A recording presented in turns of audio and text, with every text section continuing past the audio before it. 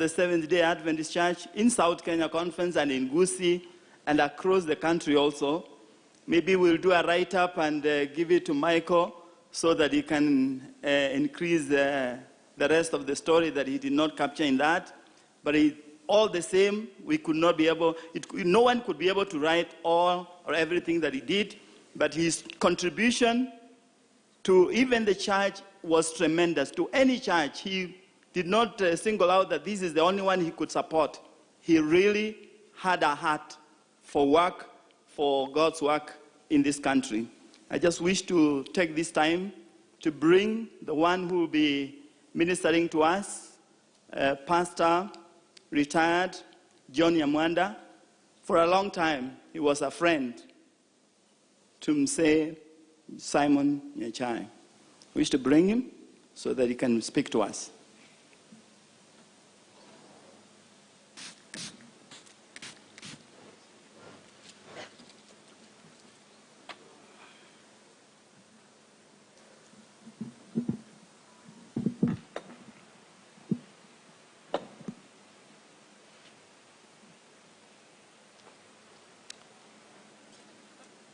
Your Excellency, the President of the Republic of Kenya, here present, and all other protocols observed, we wish to welcome you to our final send-off of what Pastor Nyamwenda has already said, a good friend of mine.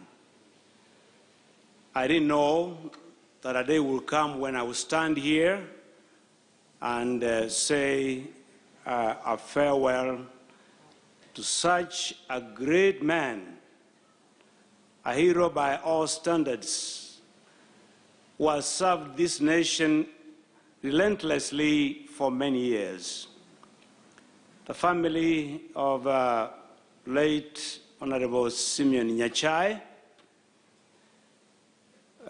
we wish to send our heartfelt feelings from down deep in our hearts that this, which looks like a loss, could also be a great moment to reevaluate your lives as you move forward. The mothers, sons and daughters, grandchildren, so many people that he has left behind who are very useful to our community. Our program will be running as quickly as we can. After I deliver my sermon, Pastor Lucas will be able to bring us a prayer. Pastor Lucas Jaokov, Nairobi Chapel, where one of our mothers goes to.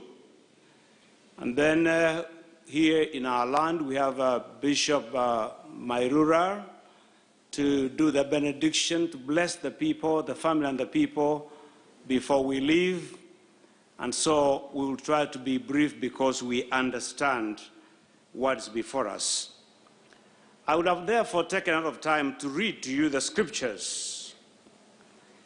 But in the interest of the time we have, you can record in your mind that one of the passages I would have loved to read is Isaiah chapter 40. Isaiah chapter 40 simply says, our days are so few, and all of us can appreciate the Bible for its truthfulness, that the days we spend on this planet are very few. And they become any fewer when you don't live the whole of your life because of other underlying conditions. But then I'll read to you the New Testament, the first letter of Paul to the church in Corinth, chapter 15.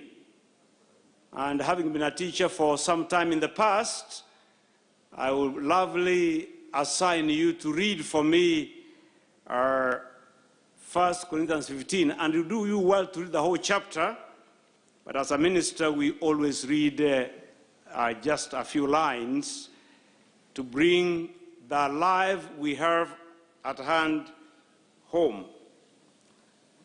The first letter of Paul to the dear Christians in Corinth, chapter 15, verse 1 to 8. Moreover, brethren, I declare to you the gospel which I preached to you, which also ye have received, and wherein you stand, by which also ye are saved, if you keep on in memory what I preached to you, unless you believed in vain. For I delivered unto you first of all, which I also received, how that Christ died for our sins according to the Scriptures, and that he was buried, and that he rose again the third day according to the Scriptures, and that he was seen of Cephas, then of the 12. After that, he was seen of about 500 people at once, of whom great part of remain to that time, but some are fallen asleep. After that, he was seen by James, then all the apostles. And last of all, he was seen of me also, as of one born out of due time. For I am the least of the apostles, that I am not meet to be called one of them, because I persecuted the church. May God add his blessing, the reading of the word. Amen. Many of us have spoken and have listened very carefully what you are saying about my good friend, late Honorable Simeon Nyachae. And I concur with the tributes you have given to this great son of Kenya, an icon of our people in Kisii, a leader in his own right, a man with a brain that goes beyond what you could think, a man who could move strong and straight, whatever the circumstances. He was also brave. But there's one attribute that I would like to add. I haven't heard many of you say it. You said he was generous, and I accept that, because he did so much for humanity. Many people sitting here, and some in the diaspora, enjoyed his generosity. They went all the way to school because of his generous heart. And I remember in this stadium in 1985, when a pastor by the name of Stafford proclaimed the gospel in this city. And he was a tall man, 6 feet tall, weighing 240 pounds. And I was his translator, and you can see my stature when we are standing together. And when 4,000 people had been baptized, it was this great hand of this great leader that organized for us to acquire and put up a church that we now call the Kisii Central Church. Members of Kisii Central Church take time to visit and bless the family of this great man that now sleeps awaiting the resurrection morning. One attribute that I would like you to know why I concurred with him and why we became so close and so friendly is that he was an honest man. Hallelujah. Amen. I found it nice because I love to be honest. In this country you call the Republic of Kenya, where I have also lived for a while, I think if it was to read people on chapter 6 of our Constitution, he will also take a good number there. If it's not number 1, then I'll find out who they can share number 2 with. He was such a straightforward, honest man in his work for government, in his business, and all round in the community. We all appreciate his other attributes that we can say he was an honest man. Now, I want to give you a short story. One professor of history in one of the leading universities in the United States of America. He left his office at a time like this. The sun was shining, and he was a happy man. He was in good moods, and he's walking in the corridors of learning, and he met 3 young people who were studying history. Therefore, he was their professor. In his jovial mood, he met them just as you can meet your students. He said, "Young man, how are you today?" And they were happy to be greeted by a professor. They stood for a few moments to share a word or two. And the professor said, "I would like to part with $100. He wanted to part with some money. And I'm giving it to you on condition that you answer the question that I will pass to you." And then people said, "Okay, we are ready. You can bring your question." And they did. The professor asked them, "Who is the greatest man in history?"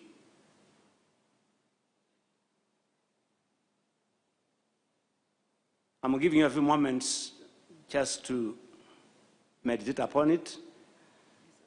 According to you, who is the greatest man in history? The professor is asking his students.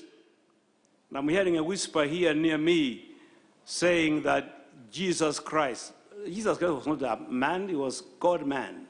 So get the question right. When our students get to fail exams, you wonder why. Sometimes they don't get the instructions correctly. I was taking a quiz one time in the university, and the teacher had put 13 questions, and he said, "I've given you 3 or 4 seconds to answer the questions." And I began to answer the questions from 1 to 13 as quickly as I could. When I got the last one, it said, "Don't write anything on this paper." When you see young people coming home and saying, "Dad, Mom, I didn't quite make it," don't beat them so hard. It is difficult even for us to make it sometimes. And then the professor insisted, "I want your answer quickly. My money is ready. I'm giving you money.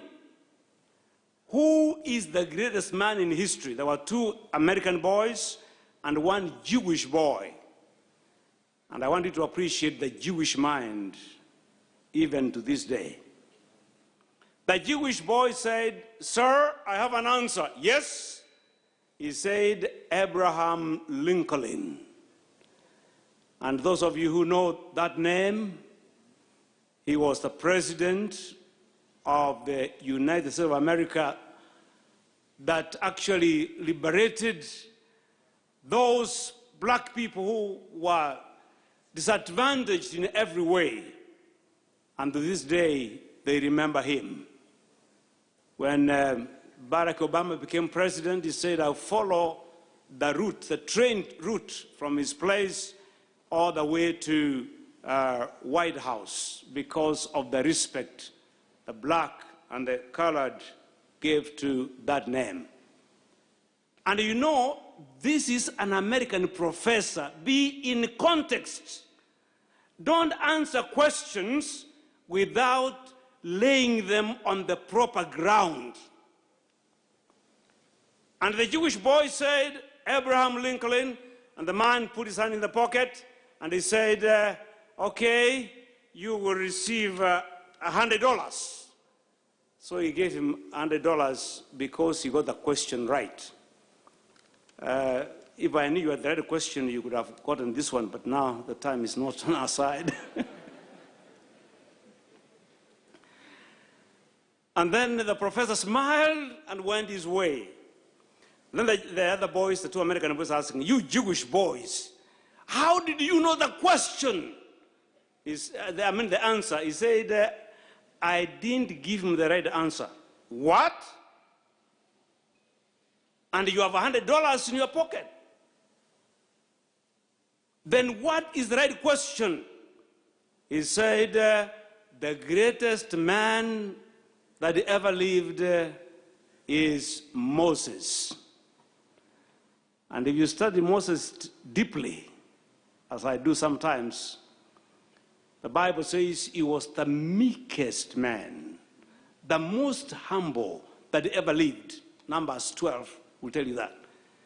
He was such humble. He was strong as a leader, yes. He spoke strongly. He commanded Israel. He was their leader for 40 years in the wilderness. And yet, with that leadership, he was a very humble person. Then they said, "Why did you give a wrong answer?" And the Jewish boy said, "Business is business. When it's time to make money, you give the answers that will give you the money. Why should you on earth give answers which have no money and it's time for business?"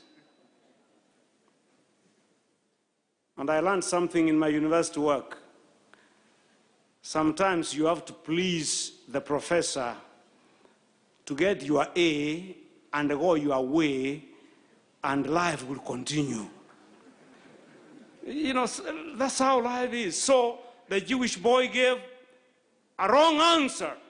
And I'm calling your attention to this service this hour, that you consider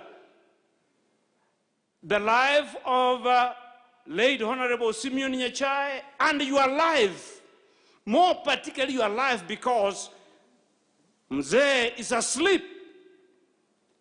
But you are conscious, I'm conscious. Let us together consider our lives and give the right answers to our lives as a nation. As Kenyans, we have many questions to ask. Please, for heaven's sake, give right answers. The Apostle Paul says, "Moreover, brethren, I want to bring you to the attention that there is this gospel that I have preached to you." And Kenya is one country, and you can go around the world, and some of us have done that. Kenya is the only country where everything begins with prayer, and where churches are full on Sabbath and on Sundays. As a matter of fact, even now, as I look out there, to the very back there, we are so many, reminding me of this good man sleeping here when he brought up 40 people and he said, "Watu, wengi." You know, this is what he was, you know, I wish you would be here to see this big crowd. And it's because it's controlled because of COVID.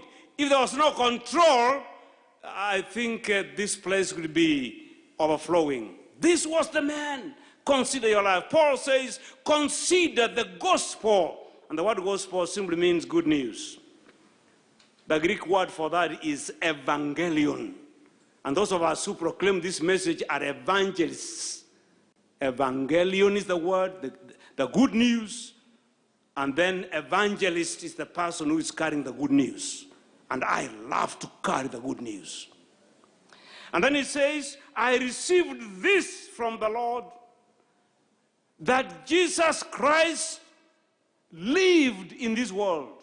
Consider this, people. And when your child's family, consider this as well. Jesus lived on this planet. The gospel has got to do with his life on this earth. And at the same time, the gospel has to do with he was buried. And then the gospel has to do, he was resurrected on the third day according to the scriptures. And he resurrected, and the human beings, beginning with Cephas, is Peter, the other name for Peter, Cephas is Greek also. And then James, the brother of our Lord, who was actually the president of the church in Jerusalem at that time. And then he appeared to other 500 people. And Paul says, this same Jesus appeared to me. And I want to portray the Son of God to you alive today, having been resurrected. Behold his face, and you will see the beauty of his love, the beauty of his mercy, the beauty of his compassion, the beauty of his forgiveness, and forgive one another, that we can be able to walk together on the highway to the kingdom of our God, our Father, and the Father of our Lord Jesus Christ. I wish to bless you. I wish to tell you, God bless you. I wish to say, have a nice moment, despite the sleep of our great man here. And I appeal to you to accept the man Jesus Christ as your Savior now and forevermore. Amen. Let us pray as we are seated like this.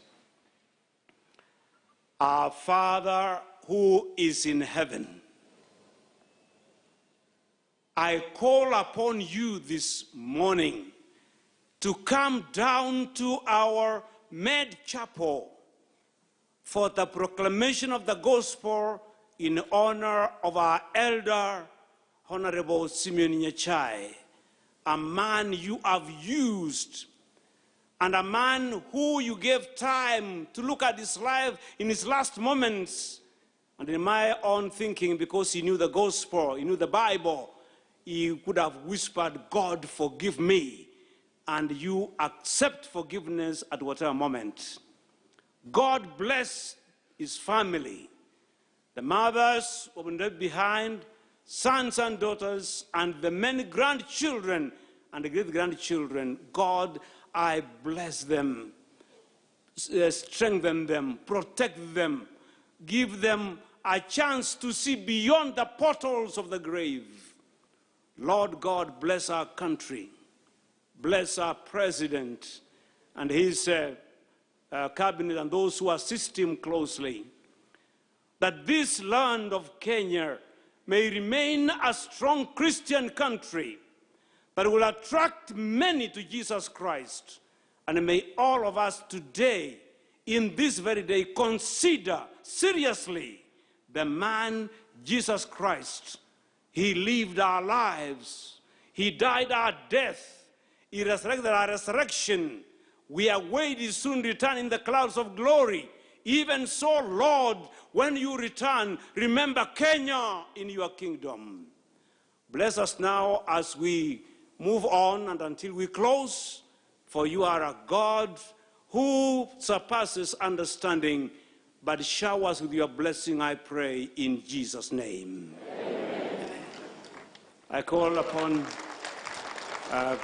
Pastor Lucas to say a prayer, and thereafter